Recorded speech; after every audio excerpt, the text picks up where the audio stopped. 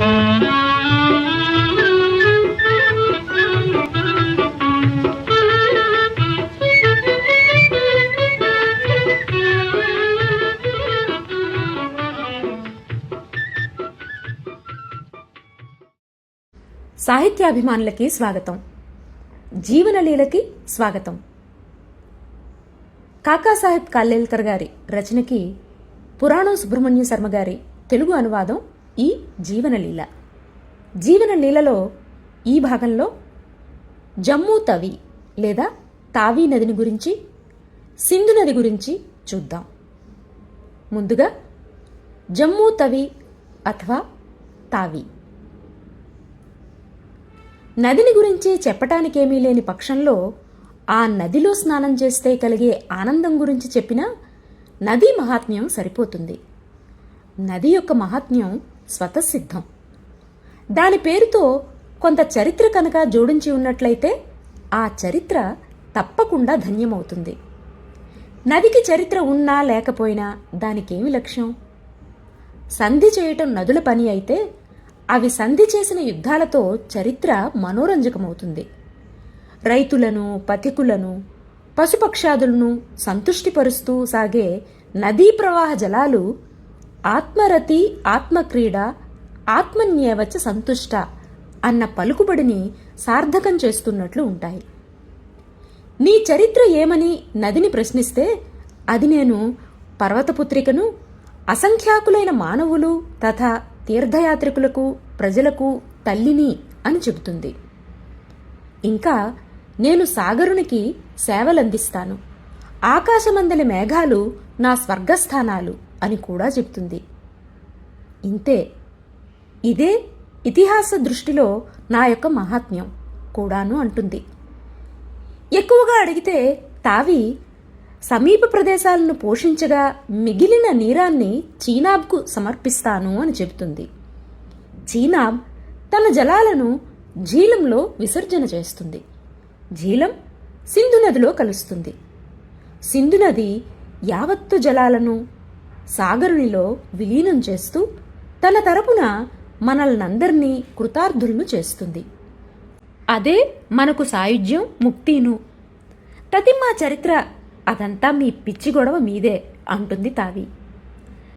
దుష్టుల, పిచ్చివాళ్ల పనులన్నీ చరిత్రగా ఎవరైనా వ్రాస్తారా? అదంతా మర్చిపోవలసిన సంగతులు, మర్చిపోవలసినదే. దుర్మార్గులను, దుష్టులను శాశ్వతులను చేయటం కోసం చరిత్రను వ్రాసుకుంటామా? అటువంటి చరిత్రను కప్పిపెట్టాలి లేదా ప్రక్షాళితం చేయాలి. సేవాప్రధానమైన చరిత్రే నిజమైన ఇతిహాసం. ద్విగర్తవాసి ఢోగ్రా, గద్దీ గుజ్జరుల వంటి వారే నా సంతానం. వారి జీవనమే నా జీవనము. కాశ్మీర యాత్ర పూర్తి చేసుకుని మేము జమ్మూ వచ్చి రఘునాథదేవుని మందిరంలో ఆగాము. సమీపాన్నుంచి తవి ప్రవహిస్తున్నది. జమ్మూ వైపు తవి తీరం బాగా ఎత్తుగా ఉన్నది. తవి కూడా అనేక నదులుగా మారేలా కనిపించింది. అందులో అసాధారణం ఏమీ లేదు. ఒక మహారాష్ట్ర ఇంజనీర్ను కలుసుకునేందుకు మేము వెళ్ళాము. అతడేమని చెప్పాడంటే తవి మీద విద్యుత్ శక్తికి యంత్రాలను కట్టారని, దాంతో అనేక పనులు సమకూడుతాయని. అయితే తవికేమిటరిగింది? అది నిరంతరం ప్రవహిస్తూ ఉంటుంది. 1926-27 ఇది తవి నది గురించి. ఇక సింధు నది గురించిన వివరాలను సింధు నది విషాదం అనే ఈ భాగంలో చూద్దాం. సింధు నది విషాదం. పృథ్వీకి మానదండమైన హిమాలయాలకు ఆవల అటువైపు నుంచి మధ్యగా కైలాసనాథుని దృష్టిపడే మేరలో చిరహిమాచ్ఛాదిత పుణ్యవన ప్రదేశం వలయాకారంలో ఉన్నది.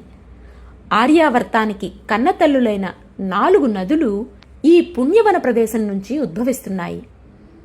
హిమాలయాలకు అటూ ఇటూ అని ఆలోచించకపోతే ఉత్తర హిందూ దేశమంతటా ప్రవహించే నదులన్నీ ఇక్కడ పుట్టినవేనని గట్టిగా చెప్పవచ్చును. హిమాలయాలు మరే దేశానికి చెందినవి కావు. అవి పూర్తిగా మనవేనని రుజువు చేయటానికి అన్నట్లు హిమాలయాలకు ఉత్తరంగా ప్రవహించే నీటిని ఏకత్రం చేసి హిమాలయాలను రెండు వైపులా చుట్టి హిందూ మహాసముద్రం వరకు చేరాలని సింధు, బ్రహ్మపుత్ర నదులు అఖండంగా ప్రయత్నిస్తున్నాయి.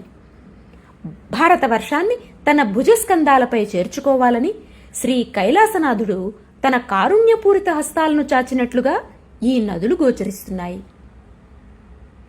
హిమాలయాలు అడ్డు తగలటం తమకిష్టం లేనట్లు కనిపించే సట్లెజ్, ఘాఘ్రా నదులు ఆ మంచు కొండలలో నుంచి తమ మార్గాన్ని వెతుక్కుంటూ మానస సరోవర జలాన్ని తెచ్చి భారతదేశంలోని 2 పెద్ద ప్రాంతాలకు సమర్పిస్తున్నాయి.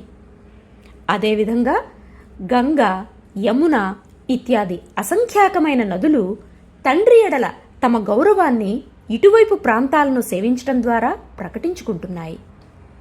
పంజాబు తాలూకు 5 నదులు, యుక్త ప్రాంతం ఉత్తరప్రదేశంలోని 5 నదులు కలిసి భారత వర్షాన్ని దశగుణాధికంగా సమృద్ధం చేస్తున్నాయి. ఈ 10 నదులు భారతీయాలైతే సింధు, బ్రహ్మపుత్ర నదులను అతి భారతీయాలని చెప్పవచ్చును. భారతీయులు గంగామాతను పొందటం చేత సింధు నదిని విస్మరించారని అనవచ్చును.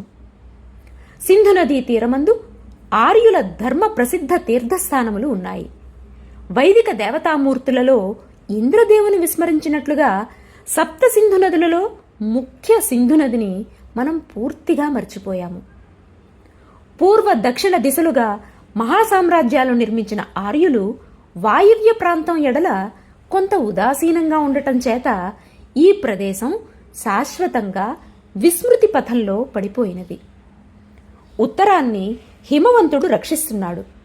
పశ్చిమాన రాజపుత్ర స్థానపు టెడారి, రాజపుత్రులు, డోగ్రా జాతి వారి శౌర్య సాహసాలు వాయువ్య దిశకు పెట్టని కోట. వీట్లను దాటిన మీదట వేగావతి, సింధు నదులు ఎల్లలుగా నిలిచి కాపాడుతున్నాయి. ఆ పైన కర్తార్, కిర్థర్ నుంచి హిందూకుష్ వరకు గల పర్వత శ్రేణులు మాలగా నిలిచి రక్షణనిస్తున్నాయి. స్వాతంత్ర ప్రియులైన ఆఫ్ఘనులు విదేశీయులను ఈ మార్గం గుండా అడుగు పెట్టనివ్వరు. కానీ దేశ ప్రజలే ఉదాసీనులైనప్పుడు పర్వతాలు, నదులు ఎంతవరకని కాపాడగలవు? ఆఫ్ఘనులలో వచ్చి యవనులు కలిసిపోయారు.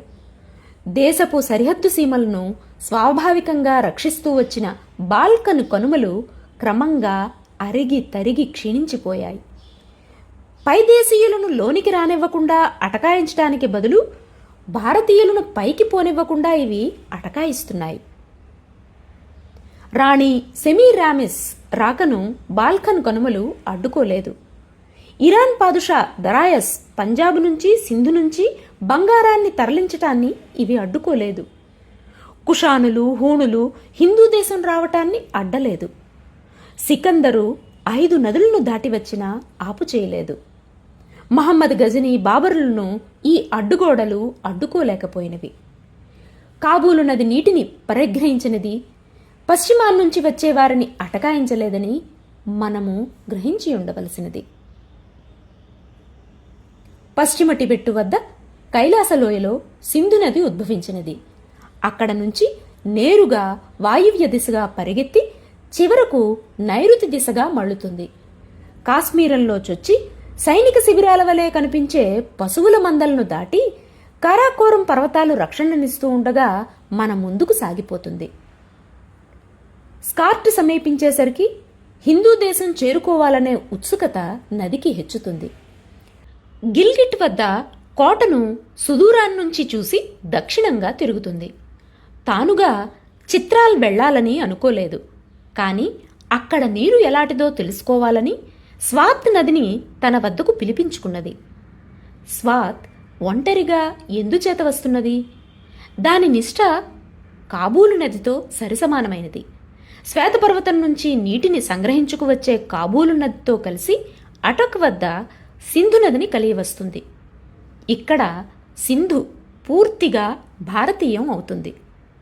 స్వాత్, కాబూలు నదులు చెప్పే చరిత్ర వినటానికి చాలా ఉంటుంది.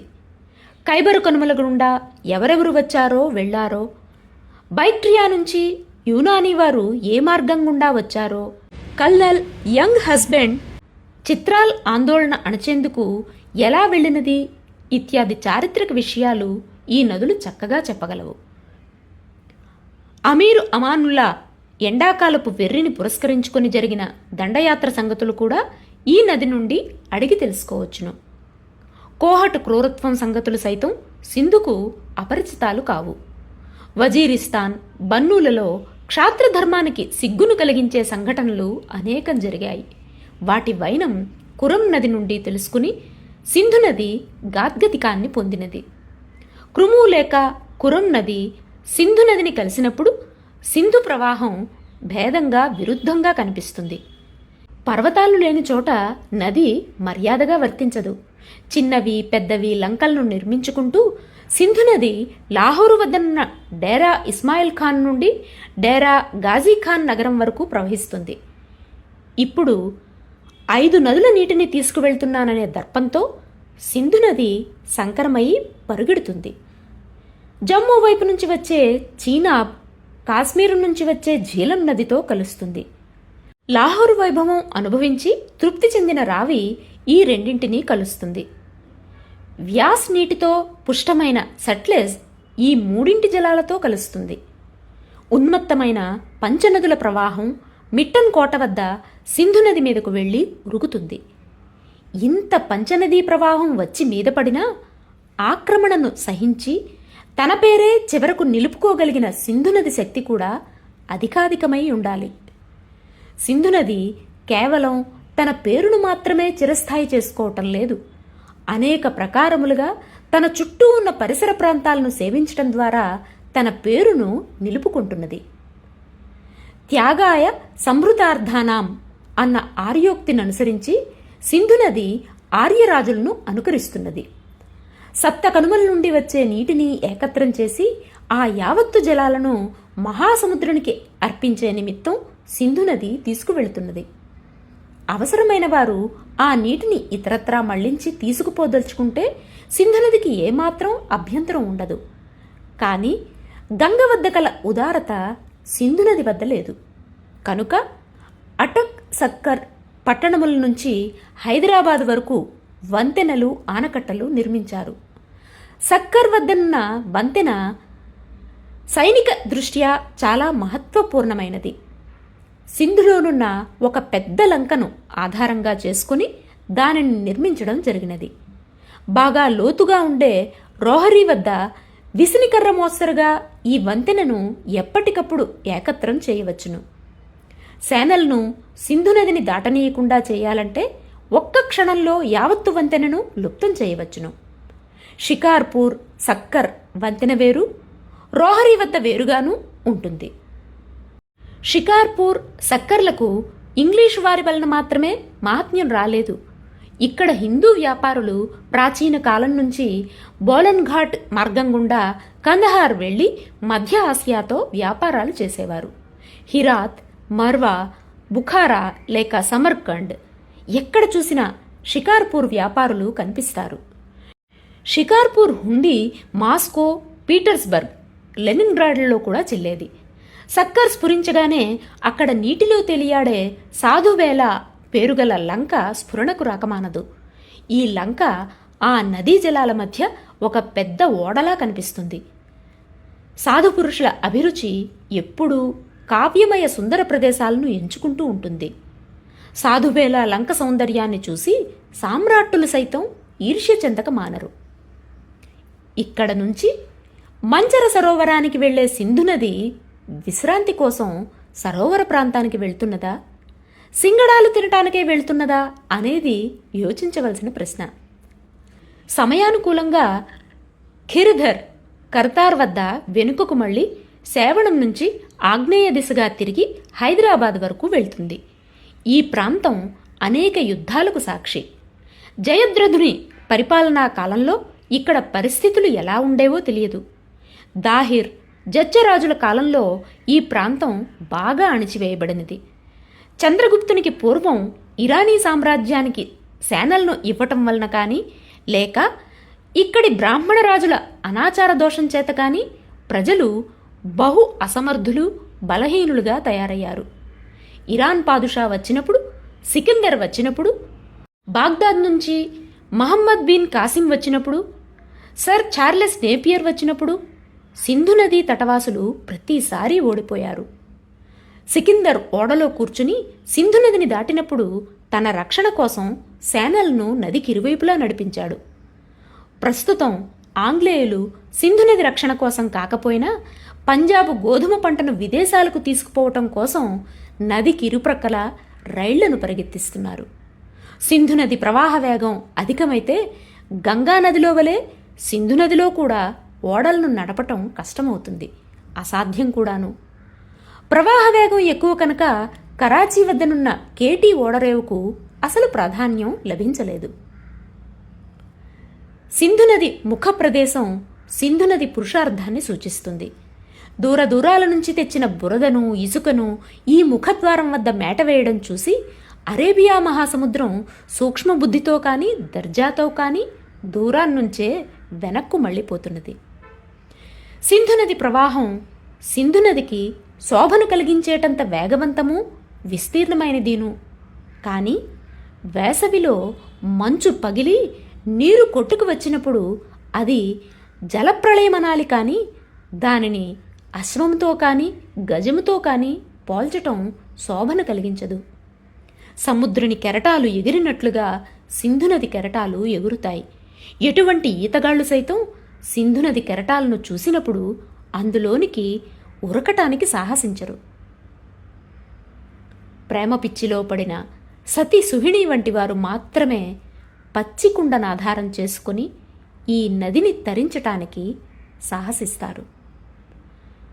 ప్రేమ యొక్క ప్రవాహం, దాని వేగం, దాని పరిణామం వీటి ముందు ప్రేమ యొక్క నిరాదరణ మహాసింధు కన్నా పెద్దది. సెప్టెంబరు 1929. ఇది సింధు నది గురించి. వచ్చే భాగంలో మరిన్ని జలరాశుల గురించి చూద్దాం. అంతవరకు సెలవు. నమస్కారం.